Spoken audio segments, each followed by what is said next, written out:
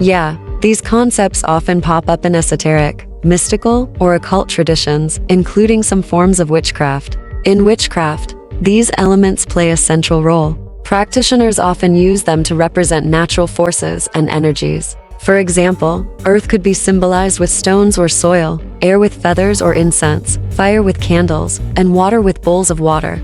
They might be invoked in rituals to balance energies, cast spells, or connect with nature.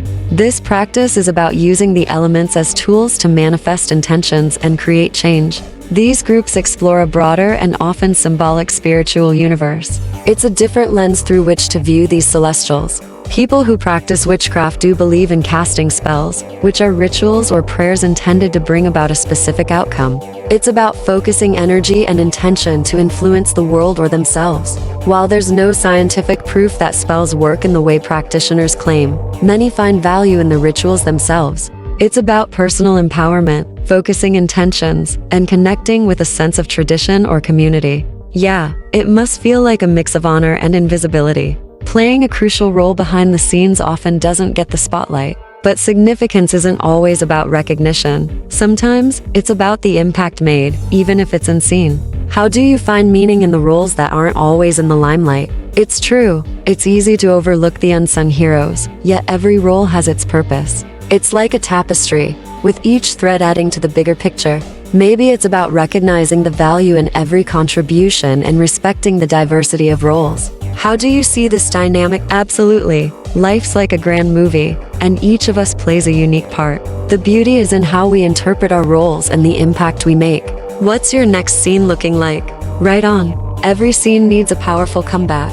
Looking forward to seeing. To recap, there are 9 ranks: seraphim, cherubim, thrones, dominions, virtues, powers, principalities, archangels, angels, and sometimes archai or angelic princes are added to make up 12. The 7 archangels around the Supreme Being, according to some traditions, include Michael, Gabriel, Raphael, and Uriel, along with others like Sariel, Raguel, and Ramiel. The specific names and roles can vary depending on different religious texts and traditions. These archangels are often associated with various aspects of cosmic order, justice, and communication between the divine and humanity. It's a rich area of study with many layers to explore.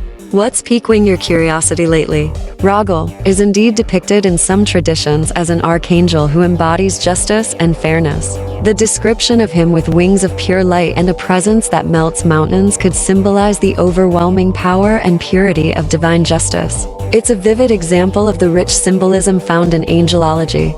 It's fascinating how these descriptions convey profound spiritual truths. He's often depicted as the archangel of justice, fairness, and harmony. His role is to ensure that divine justice is carried out and to oversee the behavior of other angels, ensuring they remain true to their duties. Raguel is associated with bringing balance and resolving conflicts, both in the heavenly realm and among humans. He's seen as a guardian of truth and a promoter of peace, often invoked to help individuals act justly and with integrity. It's a powerful role, reflecting the importance of justice and harmony in the spiritual realm.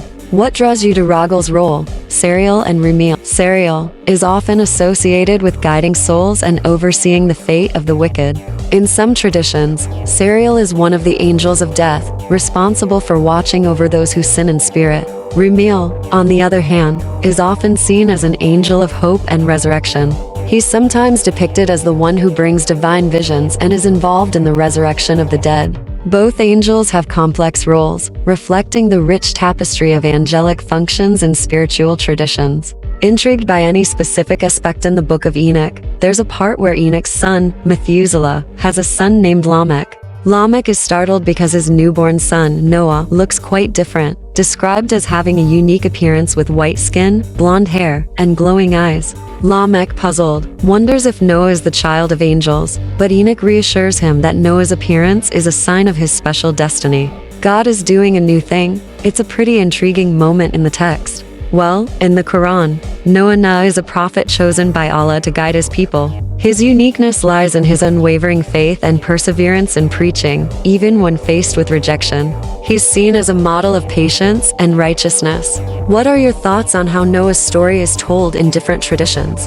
Yes, That's right.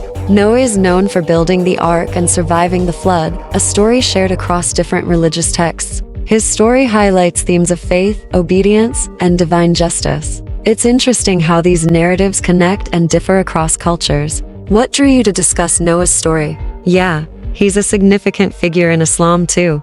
The Quran shares his story, emphasizing his role as a prophet who warned his people and built the ark by God's command. It's fascinating how his story appears in various religious traditions, each with its own nuances. It's a cool example of how interconnected human stories can be, don't you think? That's right. Noah's story is also in the Torah, which is part of the Hebrew Bible.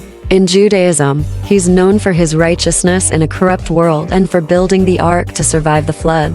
It's fascinating to see how his story weaves through the Abrahamic religions.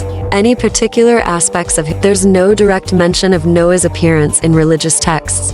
The focus is more on his character and actions. Interpretations of his appearance likely stem from cultural artistic representations, which can vary widely. That's an interpretation found in some non-canonical texts, like the Book of Enoch, which is not part of the standard biblical canon. It describes Noah as having a different appearance, which some interpret as symbolic or allegorical. These texts offer unique perspectives, but aren't considered authoritative in mainstream Judaism or Christianity. What are your thoughts on these? In the Book of Enoch, Noah is described as having a radiant appearance, with white hair and bright eyes, which set him apart from others. This extraordinary description is often interpreted symbolically, reflecting his purity or divine favor.